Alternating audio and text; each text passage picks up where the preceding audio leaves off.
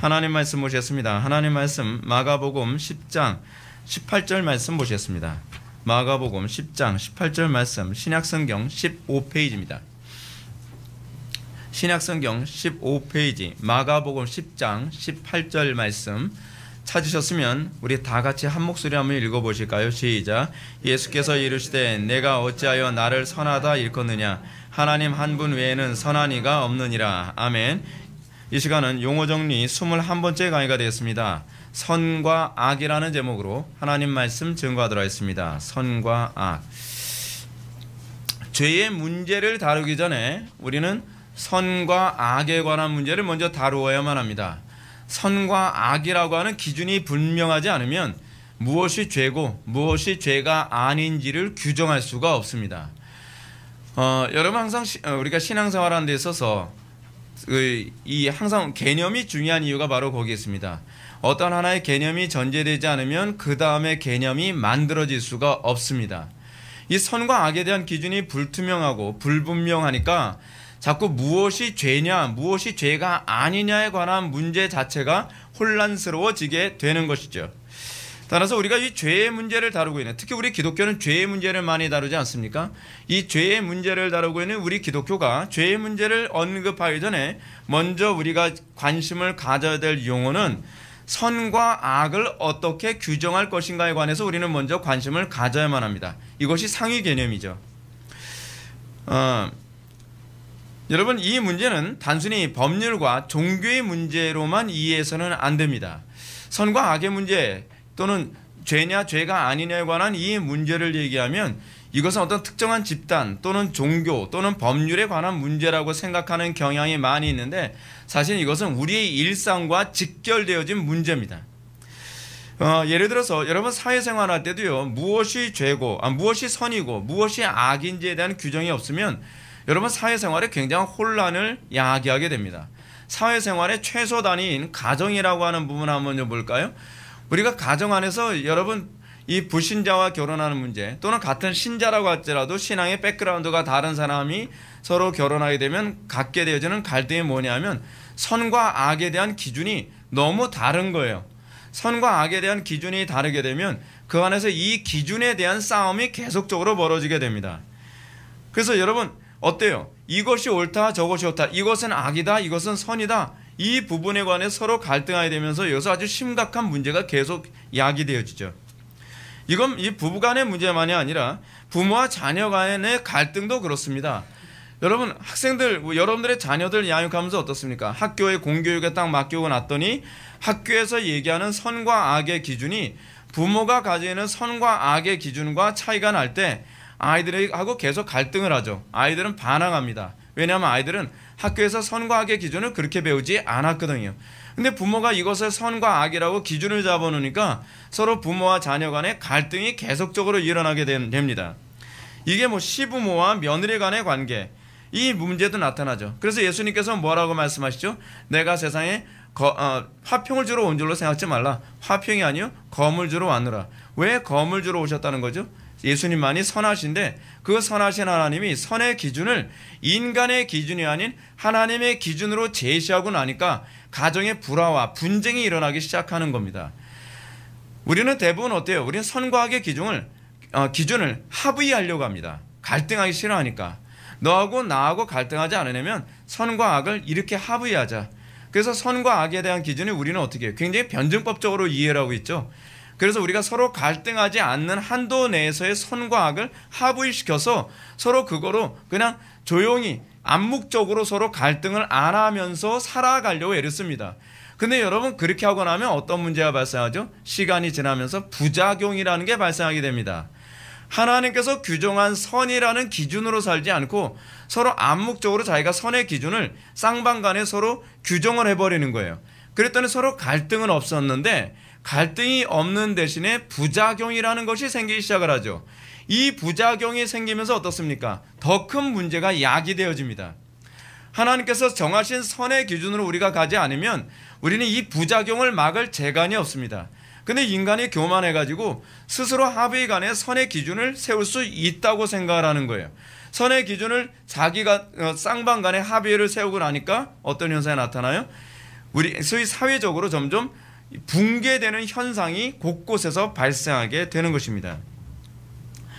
여러분, 이처럼 선과 악을 규정하는 문제는 매우 중요한 문제이며 신중한 문제입니다. 선과 악의 기준을 합의로 세우면 안 됩니다. 선과 악은 절대적인 기준이 있어야만 합니다. 그 기준에 분명하게 서 있을 때에 우리는 우리의 삶에 나타나는 수많은 부작용과 어두움을 최대한 막을 수가 있는 것이죠. 여러분, 이 선과 악에 관한 문제는 사실은 철학에서 아주 중요하게 다룬 문제이기도 합니다. 철학에서 선과 악을 과연 어떻게 규정했을까요? 물론 그 헤겔 이후에는 선과 악의 기준을 완전히 무너뜨려 버리고 말하는데, 헤겔 이전에는 선과 악에 대한 기준에 대해서 관심이 상당히 많았습니다. 우리가 잘 알고 있는 것처럼 여러분, 플라톤 같은 경우에는 선과 악을 어떻게 규정했습니까? 플라톤 같은 경우는 선과 악을 물질은 악이고 그리고 영은 선하다라고 이렇게 규정을 했습니다. 근데 이렇게 규정을 하게 되면 아주 심각한 문제가 발생하죠. 어떤 문제가 발생하죠? 악한 영도 이걸 악이라고 규정하기가 어려워지게 되는 거죠. 그러니까 플라톤의 관점에서 봤을 때는 악한 영이라는 개념은 나올 수가 없는 거예요. 그러니까 왜냐하면 영은 선하고 육은 악이라고 보게 되기 때문에 그런 것이죠. 근데 이 개념이 교회 안에 들어오면서 어떤 문제가 발생합니까? 종교적인 것과 비종교적인 것을 선과 악으로 규정하게 됩니다. 이게 누구한테 영향을 받았다고요? 플라톤한테 영향을 받은 거죠. 플라톤은 선과 악이라는 개념을 영과 그 영이 아닌 것, 물질적인 것, 그리고 종교적인 것과 종교적이지 않은 것이라는 것으로 이분화시켜 버리고 말았습니다. 그래서 이것을 우리는 뭐라고 하죠? 이분법이라고 얘기하죠. 이분법. 근데 이렇게 되면 어떤 문제가 발생하죠? 종교적인 건 모든 게 다 선한 게 돼버리는 거예요. 종교적인 것 안에도 악한 것이 있거든요. 근데 이 종교적인 것을 악하다라고 분별할 수 있는 기준이 없어져 버리죠. 왜냐하면 종교적인 것은 선한 것이 돼버리기 때문에 그래요. 항상 종교적인 것이 배타적으로 여기는 것은 물질적인 것이고 세속적인 것이 되는 겁니다. 그래서 성속 이원론이라고 하는 개념이 나오게 되죠. 그래서 이런 개념이 어떤 식으로 나옵니까? 물질적인 것은 악한 거니까 물질적인 것을 벗어버려야 되는, 그래서 고행주의, 그리고 육체 학대, 금욕 이런 것은 뭐 선한 것이라고 생각을 하고, 그리고 즐거운 것, 육체를 편하게 하는 것, 육신의 욕구를 충족시키는 것은 악한 것이라고 생각하는 개념이 생기게 됩니다. 하나님께서 인간들에게 선물로 주신 물질까지 다 악한 것이라고 생각하고, 하나님께서 인간들에게 선물로 주신 욕구까지도 악한 것이라고 생각을 하는 것이죠. 그래서 뭐 음식 먹으면 여러분 어떻습니까? 누가 음식 먹는 거 보면 별로 이렇게 아름답게 보이지 않은, 이게 성속 이원론이라고 하는 개념이 은연중에 들어간 거예요. 음식 먹는 것이 왜 아름답지 않습니까? 개골스럽게 먹지만 않으면 되는 거지. 근데 왠지 그래서 여자들은 어떻게 해요? 다 그런 게 아니고 옛날에 우리 때 그랬다고요. 여자들이 그 남자들 앞에서 뭐 먹는 걸 잘 안 하려고 하죠. 왜요? 자기는 이슬만 먹고 사는 것처럼 보이고 싶은 거죠. 그래서 신비주의를 자꾸 보여주죠. 근데 그것이 아름답지 않다고 생각하는 것은 사실은 플라톤주의적인 영향이 은연중에 사람들한테 들어간 거예요.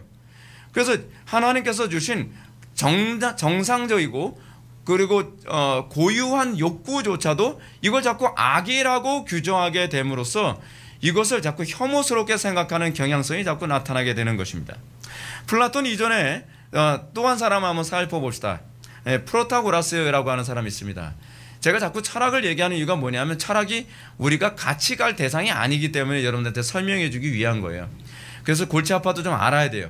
이 프로타고라스 같은 경우는 어떻습니까? 프로타고라스는 선과 악을 주관적인 것으로 이해했습니다. 그래서 제가 여러분한테 말씀드렸죠. 프로타고라스가 한 말이 뭐라고요? 인간은 만물의 척도다. 인간이라고 했을 때 그 인간은 누구를 얘기하는 거죠? 개개인을 얘기하는 거죠. 개개인으로서 인간은 만물의 척도예요. 그래서 어떻게 해요? 내가 선이면 선인 거고 네가 선이면 선인 거지, 너의 선을 나한테 강요하지 마. 네가 선하다고 생각하는 것이 나한테 악하면 그건 악이야 라고 하는 거예요. 이게 도대체 뭐가 되는 거죠? 선과 악의 기준이 다 주관적인 것이 돼버리는 거예요. 그래서 다른 사람이 선하고 다른 사람이 좋은 거면 우리는 어떻게, 요즘에 우리는 프로타고라스의 영향을 받은 시대에 살고 있거든요. 우리는 이거 뭐라 그러죠? 저희 포스트 모더니즘이라고 그러죠. 푸자도 굉장히 비슷하네요. 이 피부로 시작한다는 차원에서 우리 어떤 공통점을 찾을 수 있는데 거기서 그런 거 찾지 마세요. 근데 이 프로타고라스적 사고가 우리에게 들어와서 어떻게 해요? 네가 가지고 있는 신앙이 옳다고 했으면 너 혼자 옳은 거야. 네가 가지고 있는 신앙을 나한테 강요하지 마라고 하는 이런 사고가 점점 팽배해져 있죠. 이게 새롭게 생긴 사고가 아닙니다. 이 사고는 이미 고대 철학 이전에 프로타고라스, 그러니까 이 프로타고라스 같은 소크라테스와 동시대 사람이거든요. BC 5세기쯤에도 이미 이런 사고가 팽배해져 있었어요.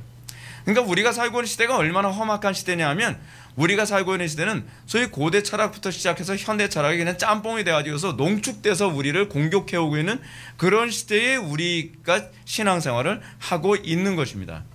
그러니까 우리가 이런 것에 대해서 분별하지 못하고 있다고 한다면, 나는 신앙생활 열심히 하고 있다고 생각을 하는데 내가 신앙생활을 굉장히 잘못하고 있다는 것을 분별할 수가 없는 상황에 우리가 살고 있다는 것이죠.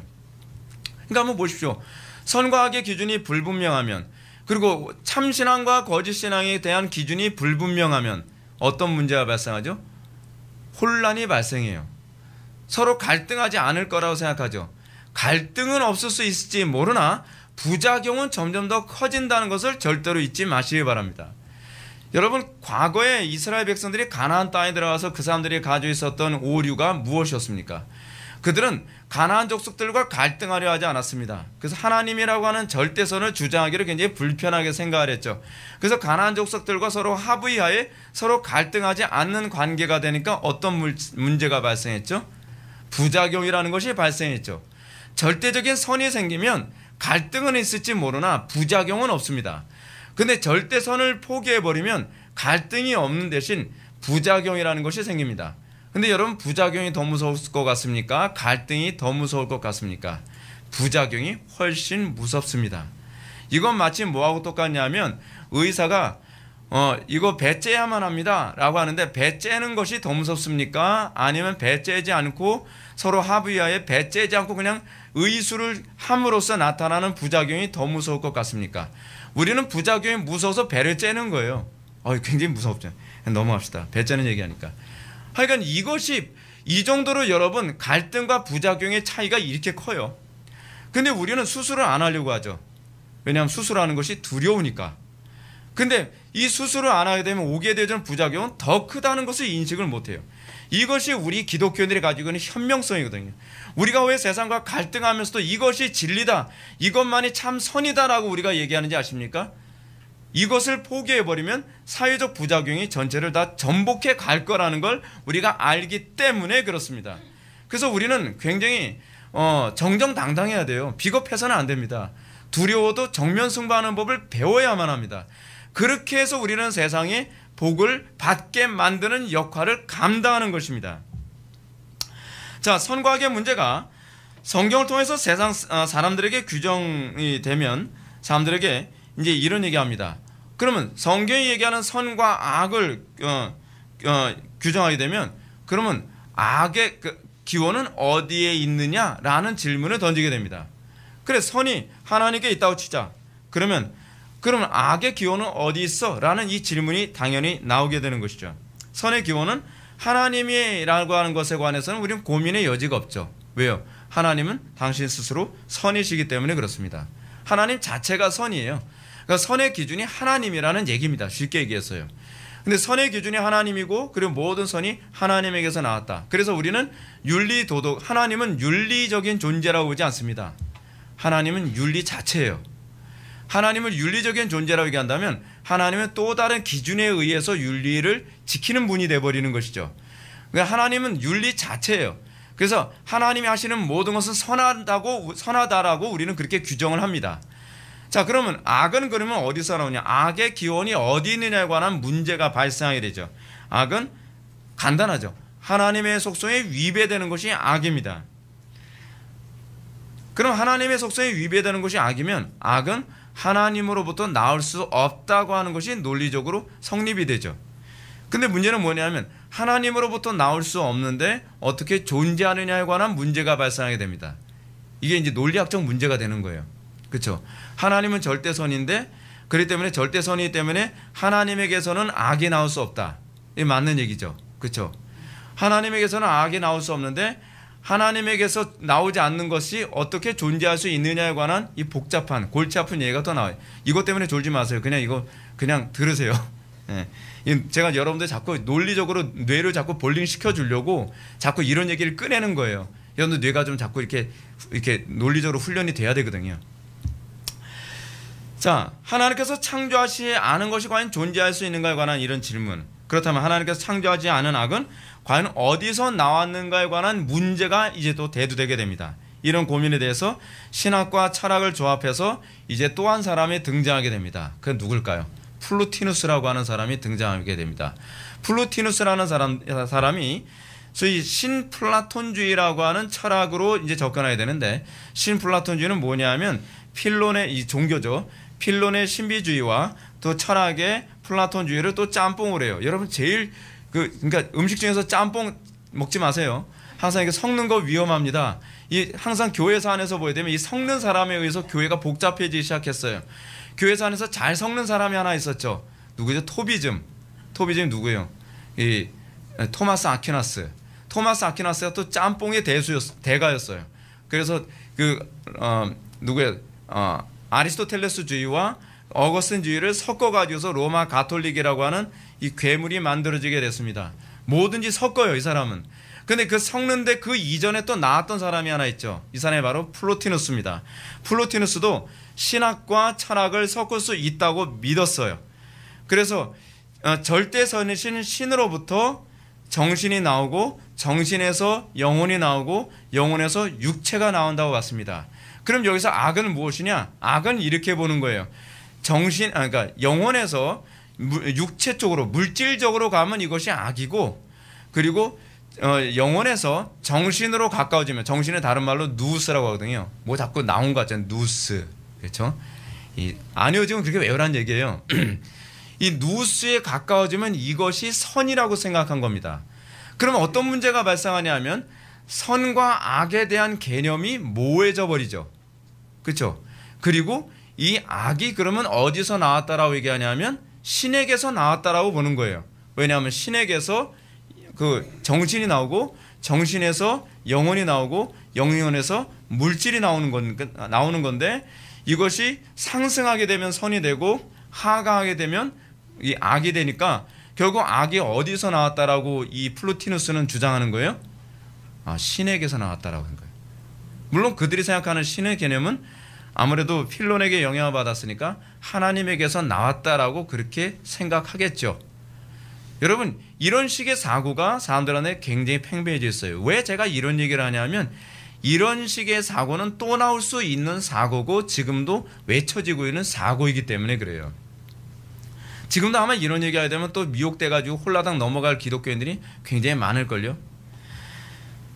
자, 그렇게 되면 악은 결국 절대적인 선인 신으로부터 나오기 때문에 악은 선이 나타나는 또 다른 방식이라는 논리적 구조를 가지게 되죠. 그래서 나오는 것이 데미안의 아프락사스 같은 논리가 사람들한테 설득력 있게 먹혀들게 되는 거예요. 아프락사스가 뭐냐고요? 아프락사스는 선과 악이 공존하는 신비의 새라고 하는 이 고대 어떤 신화 같은 데서 나온 얘기인데요. 이런 식으로 사람들이 생각하게 되는 거죠. 그러면 성경은 선과 악을 어떻게 규정하고 있는가? 성경은 하나님만이 선하시며 하나님만이 선 자체로 규정하고 있죠. 그 근거가 오늘 보면 마태복음 10장 18절 아닙니까? 예수께서 이르시되 내가 어찌하여 나를 선하다 일컫느냐? 하나님 한 분 외에는 선한 이가 없느니라 라고 얘기하고 있습니다. 하나님만이 선하십니다. 하나님만이 선하시다는 것은 하나님이 선의 그 근원이라는 얘기죠.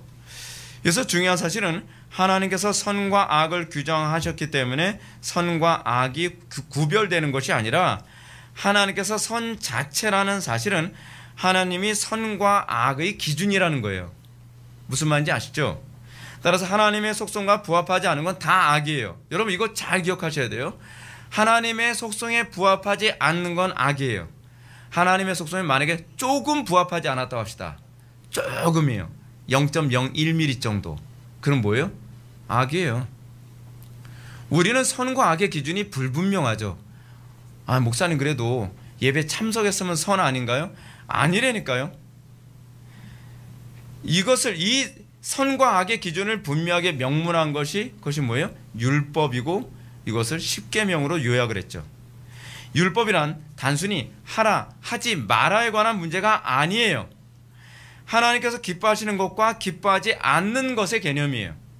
그러니까 여러분, 하나님께서 기뻐하지 않으셨으면 그건 악이에요. 악한 것이 되는 겁니다.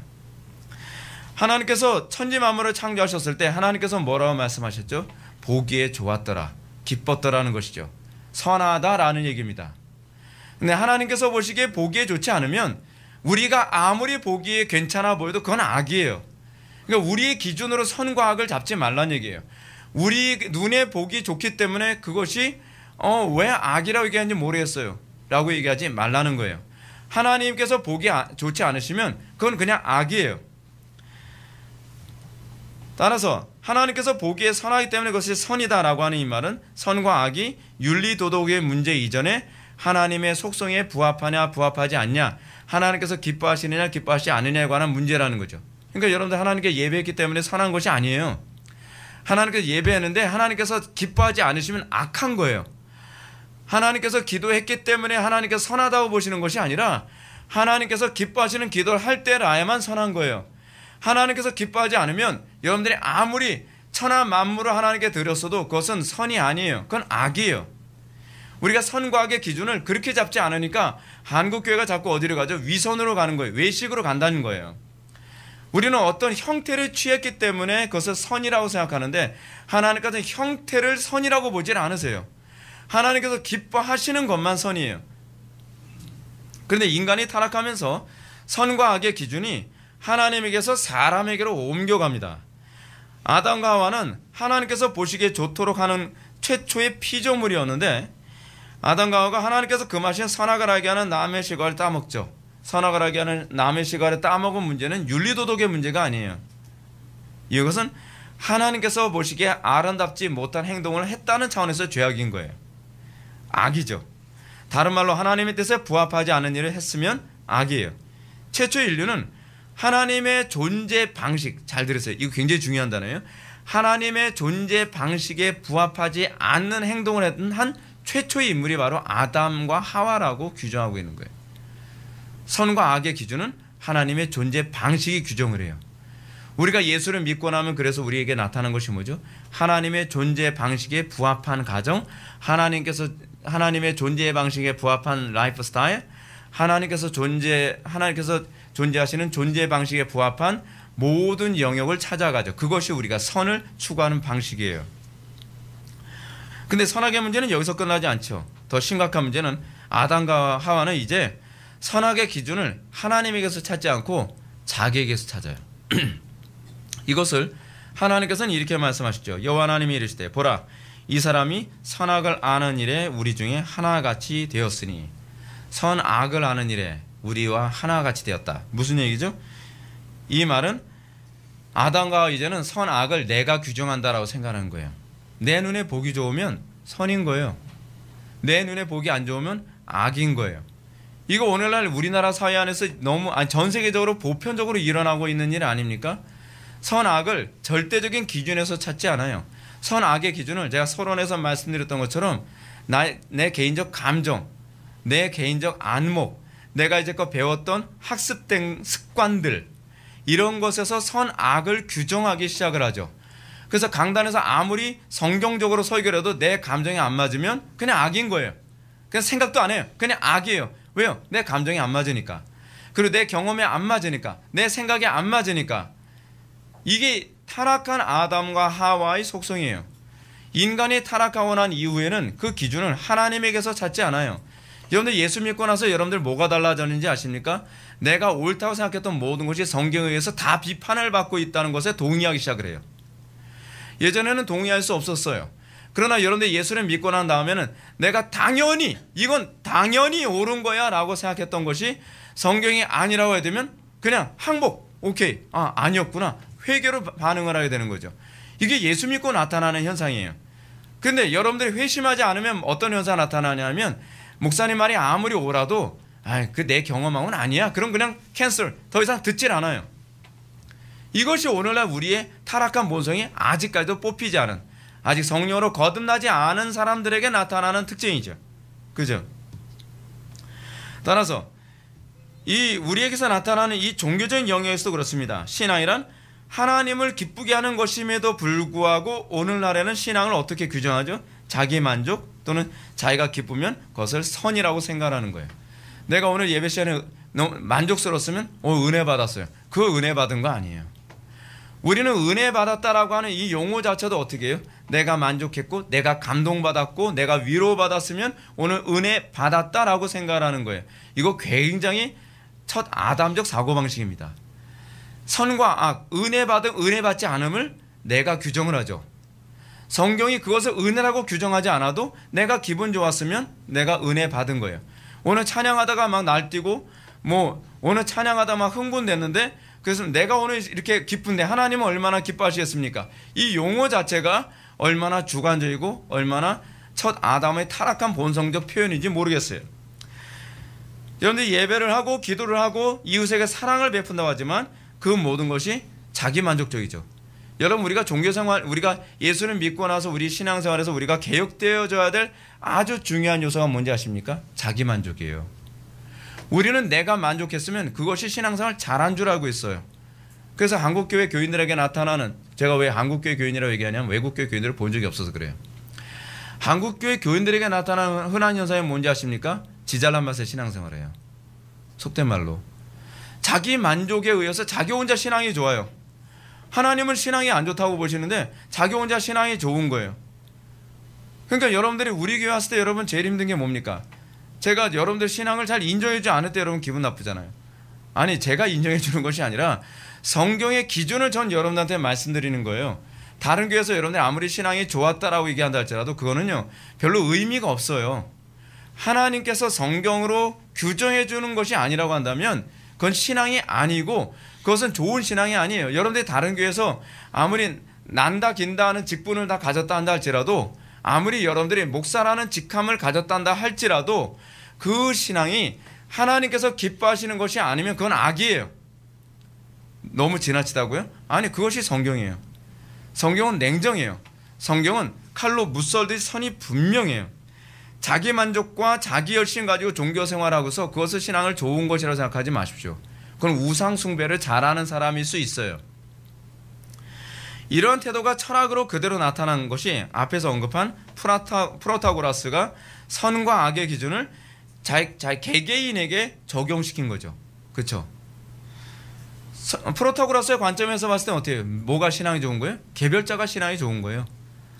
내가 좋으면 내가 은혜 받은 것이고 내가 신앙생활 잘했으면 난 신앙생활 잘한 거예요. 목사가 내 신앙 판단하지 말라는 거예요. 이게 오늘날 한국교회 교인들의 오만함이거든요. 오늘날 교인들은 어때요? 교회 와서 목사의 목양을 안 받으려고 들어요. 왜 그런지 아세요? 난 내 신앙 내가 좋으니까요. 목사가 내 신앙 판단하지 말라는 거예요.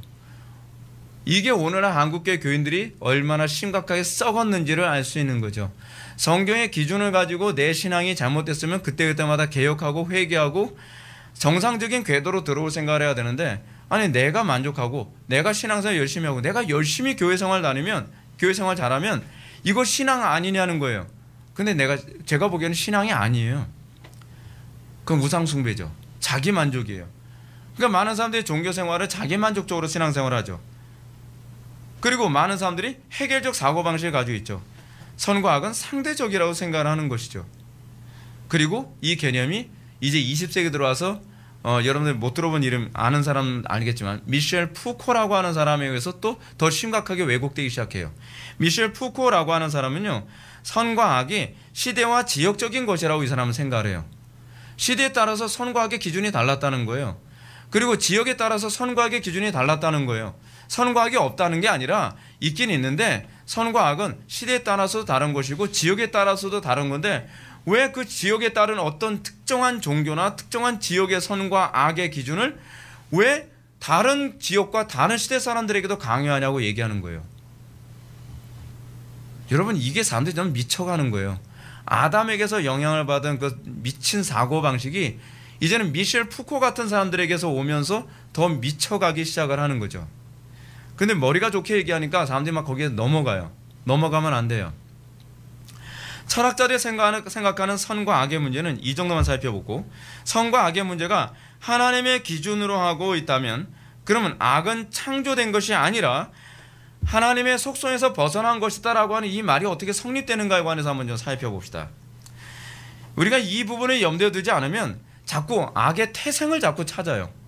하나님이 모든 것의 창조자이기 때문에 어떻게 하나님이 창조하지 않은 것이 없을 수 있냐라고 하는 이런 질문을 자꾸 던지게 되죠. 이러한 의문에 대한 신학적 대답은 이것입니다. 악이란 존재하지 않는 것이라는 사실이에요. 하나님은 모든 존재함의 근원입니다. 근데 하나님은 모든 존재함의 근원인데 악은 존재하지 않는 것이에요.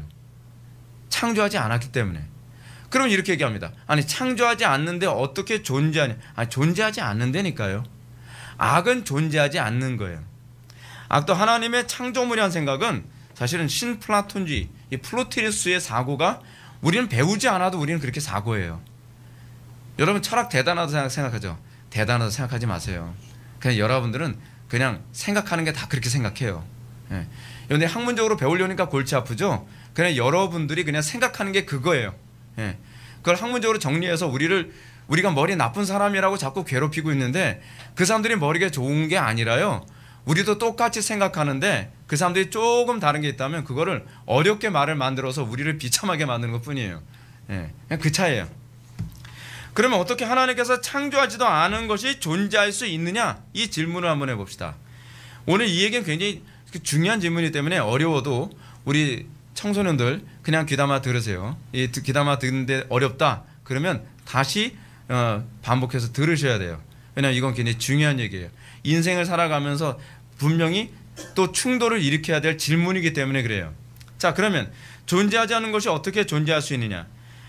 존재하는 모든 것이 하나님의 창조에 의존하고 있다고 한다면, 악이 존재하는 실체라고 한다면 자동적으로 악의 기원은 하나님에게서 나와야 되는데 어떻게 하나님에게서 기원하지 않은 것이 존재하는가? 또는 존재하지 않는 것이 어떻게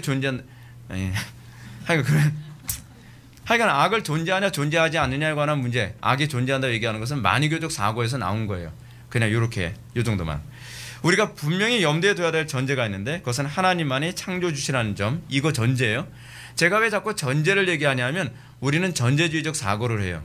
전제가 잘못되면 모든 사고는 다 틀려버리거든요. 그래서 우리가 첫 번째 전제로 삼아야 되는 것은 하나님께서 모든 것의 창조주시라는 점, 그리고 마귀와 하나님을 동등한 대립의 관계의 창조주 관계로 봐서는 안 된다는 것. 왜냐하면 우리는 이렇게 생각할 수 있기 때문에 그래요. 그럼 악은 하나님으로부터 나온 것이 아니면 악은 마귀로부터 나온 것일 수 있지 않느냐에 관한 얘기가 나와요. 근데요, 마귀가 나오기 이전에 이미 악이라는 개념은 존재했어요. 그렇기 때문에 마귀가 나오는 거예요. 왜냐하면 마귀는 원래 천사였기 때문에. 천사가 타락해서 마귀가 된 거잖아요. 그러니까 마귀가 악을 만든 것이 아니라는 것이 이미 입증이 되는 거죠. 그렇죠? 자, 만약에 마귀에 의해서 악이 나왔다고 한다면 마귀는 창조적 기능을 가지고 있다는 얘기가 돼요. 근데 마귀는 창조적 기능이 없어요. 자, 우리가 성경을 생각했을 때 마귀가 악의 기원이 아니라 우리는 악의 결과라고 우리는 생각해야만 합니다. 그렇다고 해서 하나님이 악의 기원도 아니죠. 왜냐하면 하나님은 존재 속성상 한 점의 악이나 어둠도 없는 분이시기 때문에 그래요.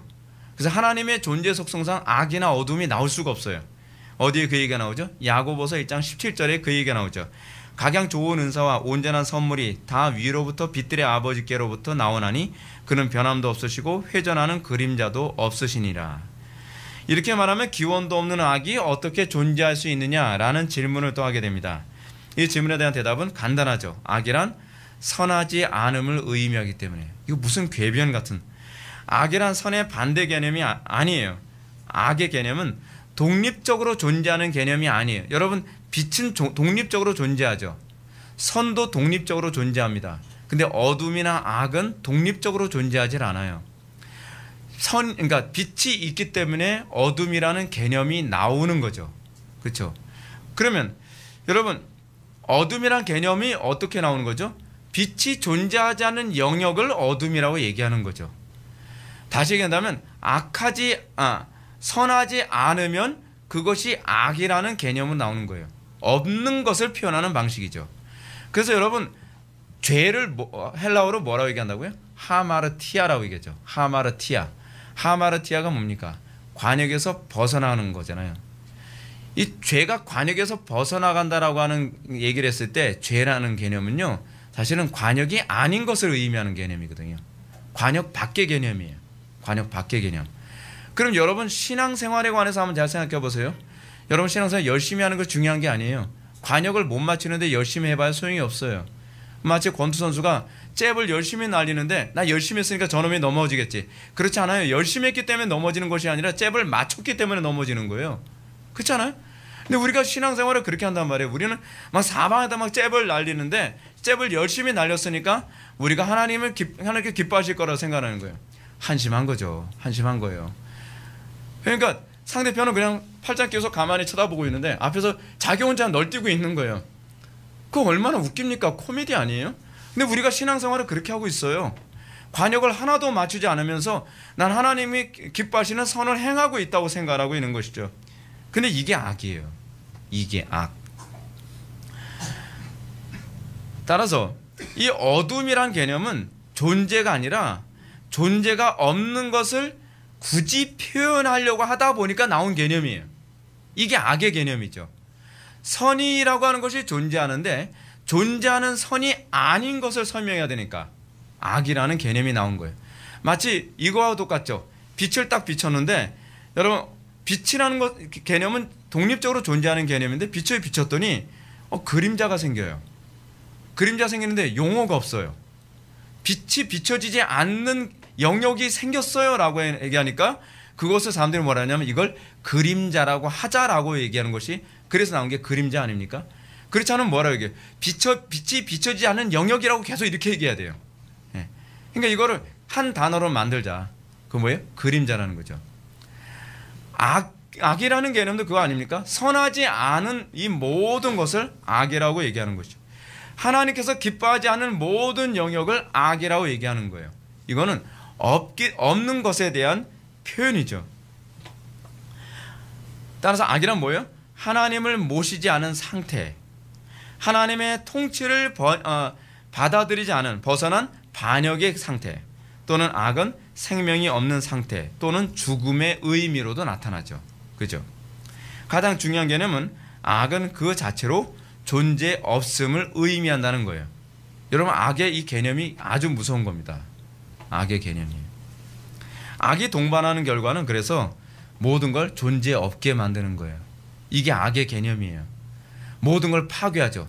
모든 질서를 무너뜨리죠. 기존에 있었던 모든 것을 허물어 버리죠. 그래서 악이 들어가면 모든 건 다 없어져 버려요. 마치 블랙홀 같이 그렇게 돼버리는 거죠. 그래서 악한 자들이 시대를 건설하고 어둠이 지배하는 세상을 만들겠다고 하는데 악은 만들 수 있는 기능이 없어요. 악은 모든 걸 파괴해요. 악은 모든 것을 없애버리고 모든 것을 소멸시켜버리죠. 그래서 악이 들어가면 모든 것이 점점 소멸되어지고 없어지는 것으로 나타나는 겁니다. 악이 할 수 있는 것이라는 것은 스스로를 소멸하는 것밖에 할 수 있는 게 없어요. 그렇기 때문에 여러분들 가정이나 여러분들 삶이나 이 사회에 악이 들어설 자리를 만들지 않도록 해야 되는 이유가 바로 거기에 있는 겁니다. 악이 들어가면 모든 건 없어지게 돼요. 그러므로 악이 가득하면 가정이 사라지죠. 요즘 어떻습니까? 사람들이 죄를 범하니까 가정이 점점 없어지기 시작하잖아요. 결혼을 안 하려고 들죠. 그렇죠? 그리고 자녀를 안 낳으려고 하죠. 그리고 이혼이 급증하죠. 점점 가정이 파괴되어지죠. 동성애가 자꾸 창궐하죠. 뭐예요? 하나님께서 창조하시는 가정이라고 하는 질서, 가정이라는 개념 자체가 송두리째 없어져요. 그래서 여러분 지금 어떤 현상까지 나타나고 있죠? 가정이라는 개념을 없애기 위해서 부모라고 하는 단어까지도 이제는 없애려고 해요. 그게 악의 특징이에요. First parents, second parents라고 하는 용어로 모든 걸 바꿔가죠. 그게 악의 특징이에요. 악은 모든 것을 다 소멸시켜가는 특성을 가지고 있어요. 이건 뭐 특이한 것도 아니에요. 그게 그 본성이에요. 그래서 악이 들어가면 기존에 있던 모든 것들이 다 없어져요. 나중에 뭐가 없어지죠? 국가도 없어져요. 이게 블랙홀 같아요. 그래서 여러분 로마가 멸망하게 된 원인을 뭐라고 얘기합니까? 죄 때문이라는 거예요. 악 때문이에요. 악이 한 나라에 딱 들어가면 여러분 그 블랙홀 그렇지 않나요? 조그만 블랙홀 하나가 지구 전체까지도 삼킬 수가 있어요. 그게 악이 가지고 있는 특징이라는 것이죠. 따라서 우리는 악과 싸우되 우린 죽기까지 싸울 자라는 그런 태도를 견제해야 돼요. 우린 그걸 위해서 부름받은 존재. 그게 선이에요. 따라서 선이 들어오면 어떤 현상이 나타납니까? 파괴된 가정이 회복돼요. 죽은 영혼이 살아나요. 병자가 건강해져요. 사회가 번영하게 돼요. 정체성이 회복되어져요. 혼돈이 정돈돼요. 질서와 기쁨이 다시 회복돼요. 어둠이 떠나고 밝게 돼요. 선의 특징이 그거예요. 선이라고 하는 것은 단순히 윤리도덕의 문제가 아니에요. 윤리도덕이라 그 선의 문제는 하나님을 기쁘시게 하는 거예요. 하나님을 기쁘시게 해드리면, 그리고 하나님의 속성에 부합한 삶을 살면 모든 것이 자동적으로 회복되는 거예요. 성경의 가르침처럼 악의 결과인 죄가 가져다주는 싹스 뭐죠? 사망이죠. 그러나 선이 가져다주는 것은 생명과 평안이에요.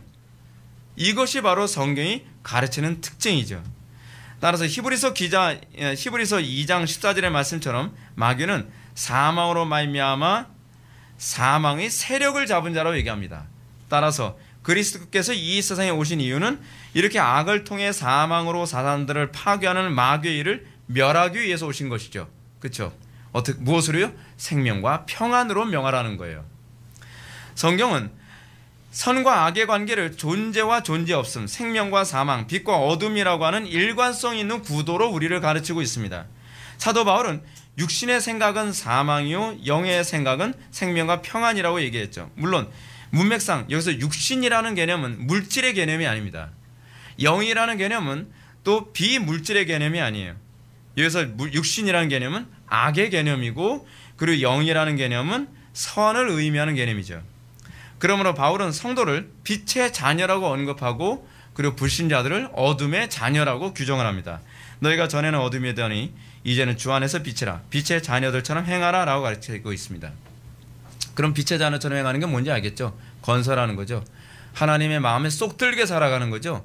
하나님의 속성에 부합한 삶을 살아가는 거죠. 이게 빛의 자녀처럼 살아가는 겁니다. 그러므로 구원받은 성도들이 어둠의 자녀처럼 살아간다는 것은 불가능합니다. 빛의 자녀들로 부름받은 성도는 그의 삶 속에서 어둠과 파괴와 죽음을 불러오는 존재로 살 수 없습니다. 그리스도 안에 있으면 새로운 창조가 일어납니다. 그러나 그리스도 밖에 있으면 모든 창조를 파괴시킵니다. 이게 바로 그리스도인과 비그리스도인의 아주 근본적인 차이입니다. 만약 누구든지 그리스도 안에 있으면 그런 새로운 창조라, 옛것은 지나가고 새것이 왔도다. 이것이 성경의 가르침 아닌가요? 빛의 자녀는 옛적 삶을 청산하고 생명과 평안과 빛과 존재의 가득함을 동반하는 것이 정당합니다. 여러분들 빛의 자녀라는 것을 무엇으로 알 수 있습니까? 여러분들이 가는 곳마다 생명과 평안으로 확산을 시킵니까?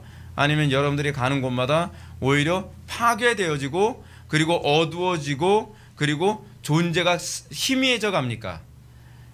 여러분들의 열매로 나무를 알 수 있죠. 그래서 예수 믿어야 된다는 이유가 바로 여기에 있는 겁니다. 천국 가냐 지옥 가냐에 관한 문제 이전의 문제예요. 성경의 관점에서 볼 때 선과 악은 윤리적 근거를 위해서 존재하는 것이 아닙니다. 율법을 지키느냐 지키지 않느냐에 관한 이런 문제도 아닙니다. 하나님을 존중하고 하나님의 뜻을 찾으며 하나님의 영광에 참여하려는 태도가 선이고, 그렇지 않다면 악이에요. 아무리 도덕적으로 살아도 악이에요. 그 사람이 아무리 윤리적으로 잘 살아도 그것은 악이에요. 율법을 아무리 잘 지켜도 악이란 말이에요. 선이란 무엇이냐면 항상 하나님의 뜻을 찾고 하나님의 속성에 부합한 삶을 살아가는, 그것을 명문에 한 것이 율법일 뿐이지, 율법을 지키는데 하나님의 뜻에 무관심하고 하나님의 속성에 참여하는데 무관심하다면 그것은 선한 게 아닌 거예요. 우리가 선과 악을 이해를 잘 못하고 있어서 이 지경이 된 거죠. 지금요. 선이 이렇게 규정될 때 성도는 생명과 빛과 창조의 회복이 충만한 존재임을 비로소 보게 될 것입니다. 자, 선과 악의 정의. 선이란 하나님의 속성에 온전히 부합하는 것이고, 악이란 하나님의 속성에 조금이라도 벗어나는 모든 것이라고 할 수 있습니다. 기도하시겠습니다. 사랑이 많으신 하나님, 우리가 선과 악에서 어느 편에 설 것인지 다시 한번 생각하게 하여 주옵소서. 우리가 선의 기준을 더욱더 선명하고 분명하게 잡게 하여 주시고 우리가 가는 곳마다 생명과 평강으로 통치하게 하여 주옵소서. 예수님의 거룩하신 이름으로 기도 올립나이다. 아멘.